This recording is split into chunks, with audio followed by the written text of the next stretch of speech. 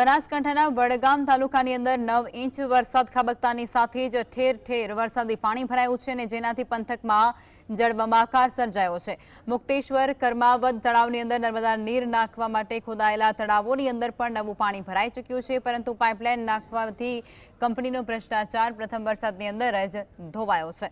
ફતેહગઢ ગામે મોતી તળાવની અંદર 20 ફૂટ પાણી ભરાયું છે અને હજુ પાણીની આવક ચાલુ હોવાને કારણે લોકોનું અનુમાન છે કે તળાવ 100% ભરાઈ જશે।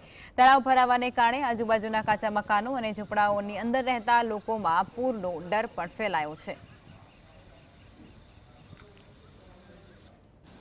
વરસાદ આ ભારે છે, સમય પ્રમાણે પણ હાલ બહાર નીકળવું નહીં। પાણીનો વધારો રસ્તામાં આજુબાજુમાં બહુ વધી ગયો છે। ફતેહગઢમાં જે તળાવ ભરાય છે એ બાબતે શું કહેશો?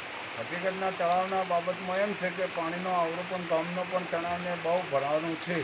કેટલું ભરાયું છે અંદાજે? 20 થી 25 ફૂટના અંદાજે છે અને 30-35 ફૂટ ભરાશે। તો આ બાબતે ગામ લોકોને શું તાકીદ કરશો? ગામ બાબતમાં શું તાકીદ કરશું કે કોઈ પણને એ